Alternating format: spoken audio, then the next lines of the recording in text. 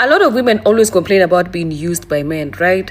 But we don't sit down to think about how we use men, because how many women out here, you're just going to see that guy because you just want the food. You're only going out with that guy because you want the drinks. Do you see that guy in your future? No, you don't. Do you want to date that guy? No, you absolutely don't. Do you have intentions to sleep with that guy? No, but that's a good one. Don't. Anyway, the point is, you can't look at your pain as pain, but not look at this man's pain as pain. Because I'm definitely sure that this guy is not wasting his time calling you, wanting to meet up with you, wanting to know you, spend money on you, just because he's bored. No, he probably has intentions. He probably sees a future with you, unless he also wants to use you. And you two are just playing the same game. There's probably somebody whose genuine intention is to get to know you because they're probably trying to wife you or something. But you're just there for the free food. You're just there to use this person. And you think, what? If this person was to go to God and cry about you, think God wouldn't hear their prayer because you alone are God's child? They're also God's child. I was having this conversation with a friend of mine during the weekend, and I was like, like, girls, we do not also see how we use men, and it's so bad and it's so heartbreaking. And that is why everybody out here is now a savage, because everybody's feeling like they've been used in one way or another, you know? Like, we really need to do better. Because you're with somebody, meanwhile you don't like the person. How would you feel if somebody was with you and they don't even like you? Like, you know, they probably just make fun with their friends about how, I'm just wasting his time. I'm just there for the food. I'm just there for the gift. I'm just there to waste time because I'm bored. Like, how would you feel if that was you? You know, that's why I gave an example with, you know, if somebody just had sex with you and that was it for them, you'd feel bad. You'd feel used. But a lot of the times, we as women don't look at what we also do to men. Because the reason why everybody's out here having insecurities and just breaking hearts, like, you know, it's a marathon out here, who's going to break the most hearts, is because it started with somebody's heart being broken. I was once talking to a certain person, and they were telling me how, because, you know, I observed this guy, right? And he used to have different women. Like, hey, I'm wondering, like, bro, what's your story? Like, what is it? Like, what's going on? Because listen, one thing about people who are around me, I'm going to call out the nonsense you're doing, and I'm not calling it out to shame you. I'm not calling it out to hurt you. I'm calling it out to show you, like, bruh, you're headed in a ditch. Okay? You need to open your eyes, because this is not real life that you're living. If you were to die right now, hell is your destination. Okay? So yeah, I was talking to him, and I just wanted to understand, like, what is this? What is the thrill? Like, what is this story? You're always having different women. And he told me how, you know, he was loyal to this chick, and this chick broke his heart, you know, and ever since that day, he believes that, you know, like, women, you know, you can't be loyal to these babes because they're not loyal.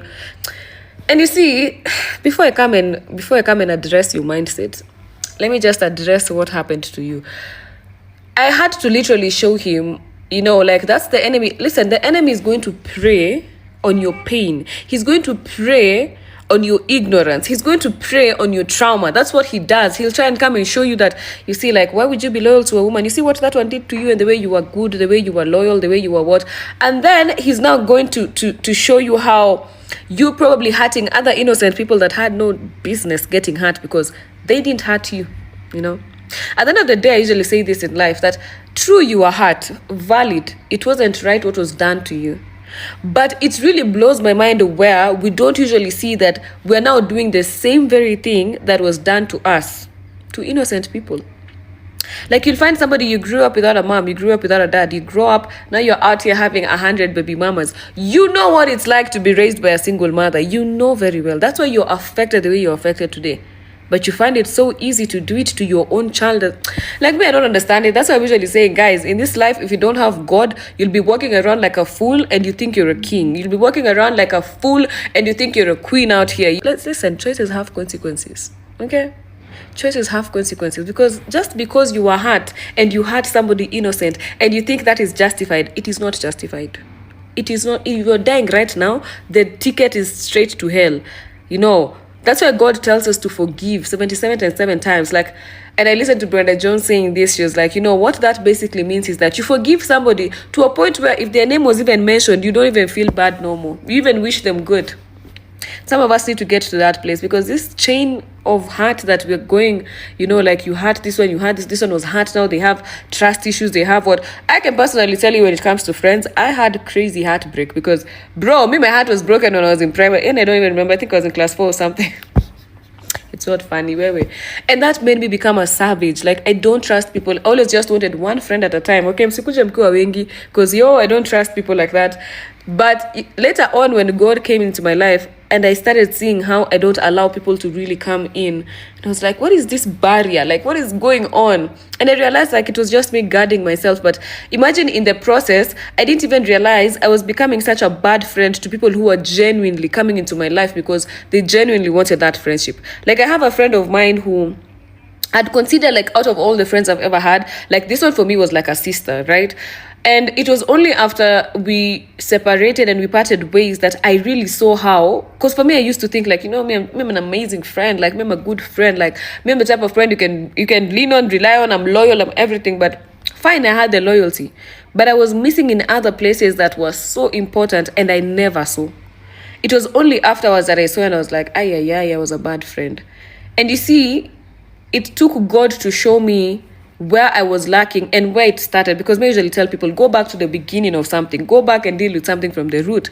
And I saw the heartbreak I went through made me put up a certain type of wall, and that wall also came with its negatives, okay? Because if you're always going to put a wall somewhere, if you're going to have a certain mindset, it's going to make you also hurt other people in the process because you're trying to protect yourself, right? Anyway, that was me. And yeah, I had to apologize. I don't know whether she saw. I sent her a DM, and I just had to apologize because it really broke my heart, because I genuinely walked around thinking I was the best friend. But because I had this wall I had put up where people don't go past here, I didn't realize I was hurting other people in the process. So all I'm trying to say is, you may have been hurt and it's genuine, it's true. You were hurt, you didn't deserve it. But you being hurt by somebody else does not justify you hurting other people. It doesn't. That those other people are not the ones who hurt you. So anyway, let's walk around here being more self-aware, being more accountable, okay?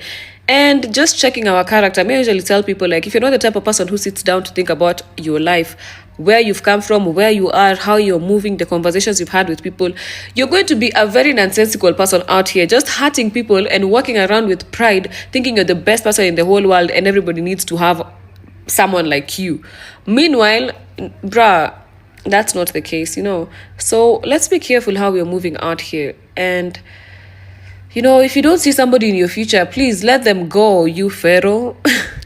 Let that Israelite go, okay? And for you Israelite who has been suffering, you keep attracting the same things and the same things and the same things. Let me tell you, there's something crazy about trauma, about hurt, about bitterness.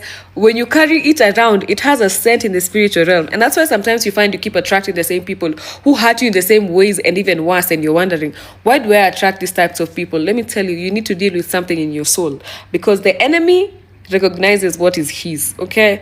And that bitterness and all of that, it can't bring anything good out of it, okay? So you end up attracting the same types of people because there's something inside you that needs to heal. There's something you need to let go, because that's what's being used as a scent by those demons to attract people who are just going to prey on that same thing, Always understand that life is spiritual, okay? And every choice that you make, everything that you do, it is a seed that you're sowing. And trust me, one day you're going to reap it.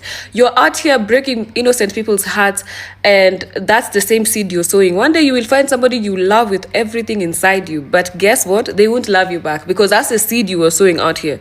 Like, you reap what you sow. That's the principle of life. That unless the mercy of God, the grace of God just comes and hides you, the blood of Jesus does come and neutralizes the consequences for you, you're definitely going to reap what what you sowed. So always look at how you're living your life and ask yourself, like, if that was to be done to me, like, how would I feel? Okay? Love your neighbor as yourself, fam.